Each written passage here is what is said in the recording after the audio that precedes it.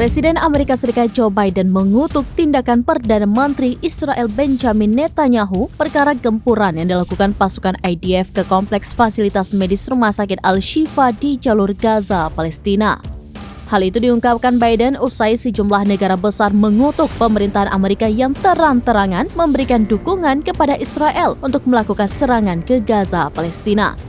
Walaupun Amerika menjadi pemasok utama senjata Israel sejak tahun 1948, namun Biden mengatakan bahwa negaranya tidak pernah mengizinkan Israel untuk melakukan kejahatan perang dengan menempatkan markas militernya di Rumah Sakit Al-Shifa di Gaza. Pasca Perdana Menteri Israel Benjamin Netanyahu mengeluarkan pernyataan perang atas serangan yang dilakukan pasukan Hamas. Sejumlah negara besar di dunia kompak mengecam tindakan Israel, seperti pimpinan tertinggi Iran, yaitu Presiden Ebrahim Raisi, yang menyuarakan negara-negara Islam untuk memboikot Israel.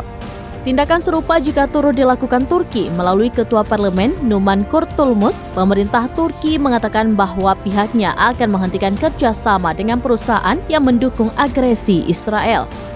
Tidak hanya itu, Kurtulmus juga menegaskan tidak akan membeli apapun dari perusahaan yang mendukung agresi Israel, serta akan membuang apa yang sudah dibeli.